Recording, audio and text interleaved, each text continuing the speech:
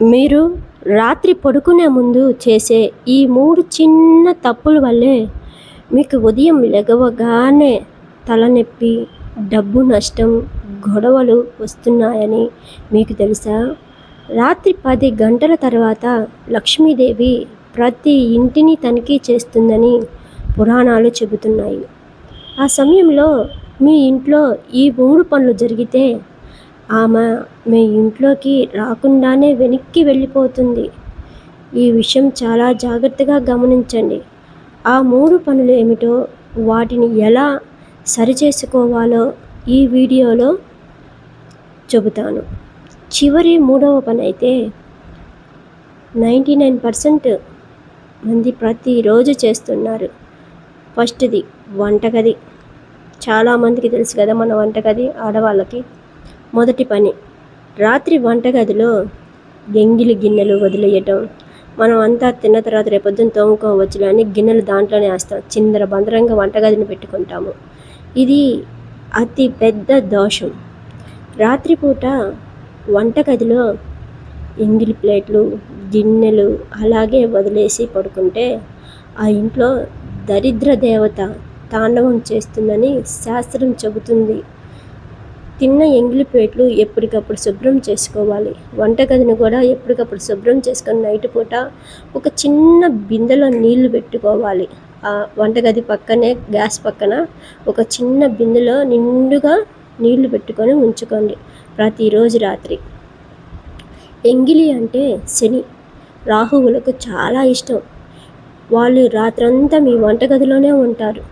దీనికి పరిష్కారం ఏమిటంటే, ఎంత అలసిపోయినా, బాగలేకపోయినా, మీకు నీరసం వచ్చి మంచానికి అతుక్కున్నా రాత్రి పడుకునే ముందు వంటగదిని శుభ్రం చేసి ఒక చిన్న గిన్నెలో కొంచెం బియ్యం, పసుపు వేసి ఉంచండి.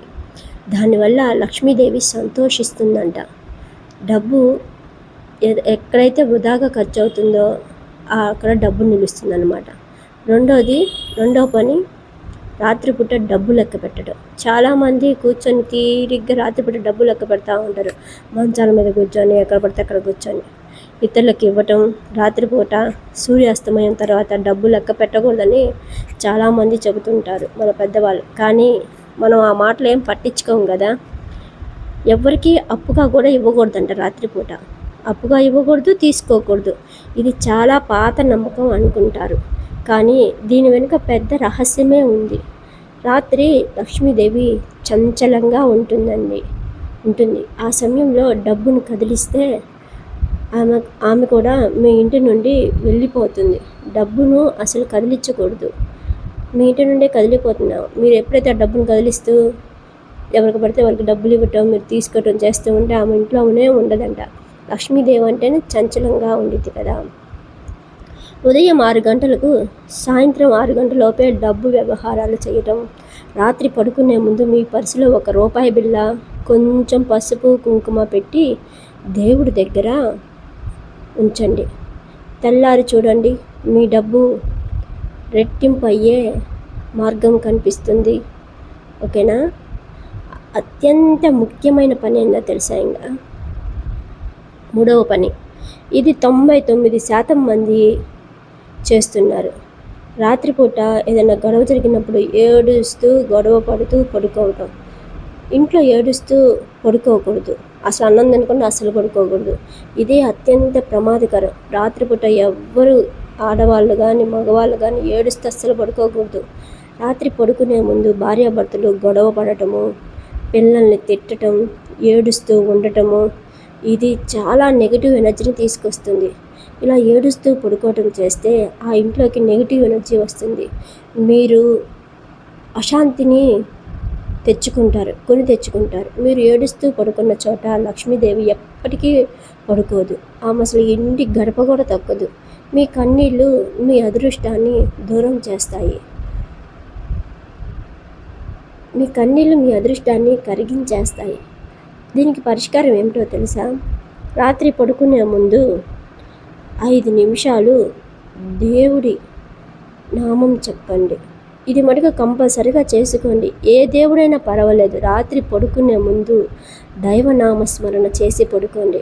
ఓం మహాలక్ష్మి నమః అని 11 సార్లు చెప్పి మంచి ఆలోచనతో పడుకోండి.